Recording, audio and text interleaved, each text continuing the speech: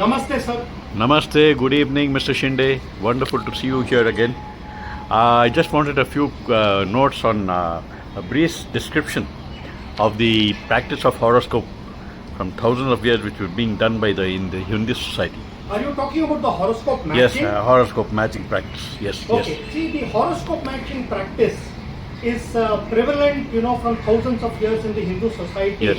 The fundamental basis is that 8 components are matched. Okay. The 8 components between the boy and the girl, which pertain to the energy levels, the mentality, the friendship, the prosperity, the children, the wealth situation after marriage, their instinctive connection, and the cosmic energies that they rule them through the heavenly bodies. Great. Now, the scores of the 8 components are taken out of 36. Right. And the minimum marks that the horoscope matching should score in order to be eligible for a marriage is 18 out of 36. Oh, that's wonderful. So it's a little difficult to explain in this video about those 8 components. Okay. But this is known as the Ashtakuta Guna matching. Great, yeah. Another thing is, if the horoscope matches, does that mean the marriage is going to be successful?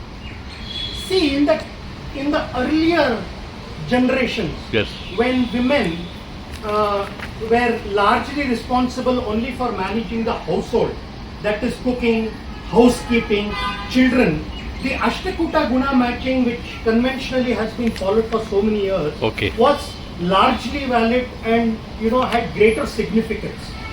But in today's world, in today's modern generation, where women are getting very well educated, Yes. and women are also working, and we have the IT industry, we have the corporate industry, lifestyle has changed, the complexity of society has Great. changed, and marital discords have increased.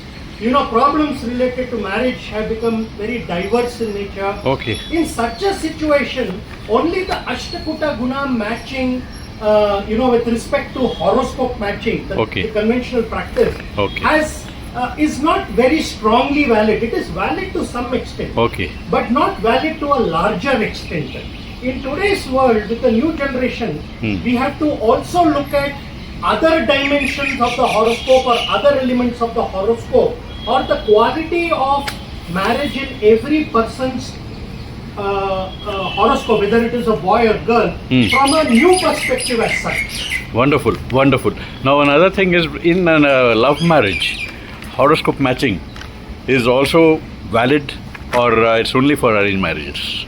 See, there is a wrong notion that horoscope matching is valid only for arranged marriages. Okay.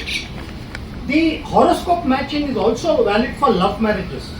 But the basic principle of astrology or horoscope matching, as far as romantic relationships are concerned, and romantic relationships leading to love marriage, is that if you are genuinely in love with somebody, that love is highly divine.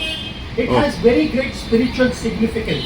In such a case, one should not opt for horoscope matching. This is my view, and view of some of the greatest astrologers.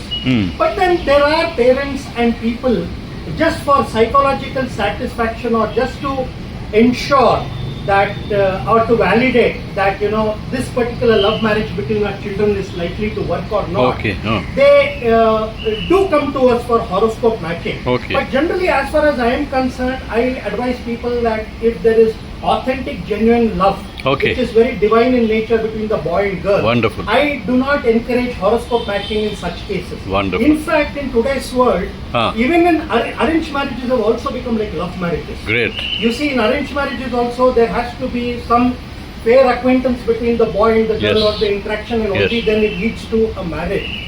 I do not emphasize very strictly on horoscope matching. To some extent I do. But then there are those other criteria which I can't explain in this video.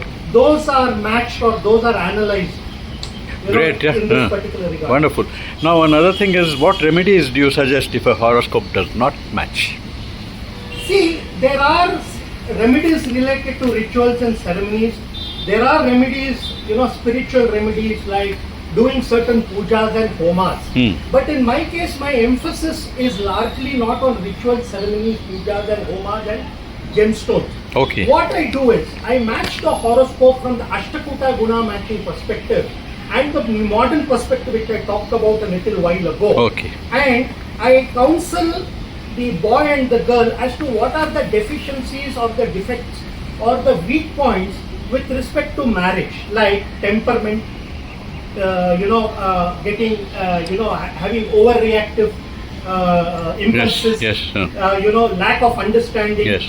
so such things in their nature or mentality I identify, and I tell them to take cognizance of that and work on that, such that the marriage you can eliminate these deficiencies and defects. Great.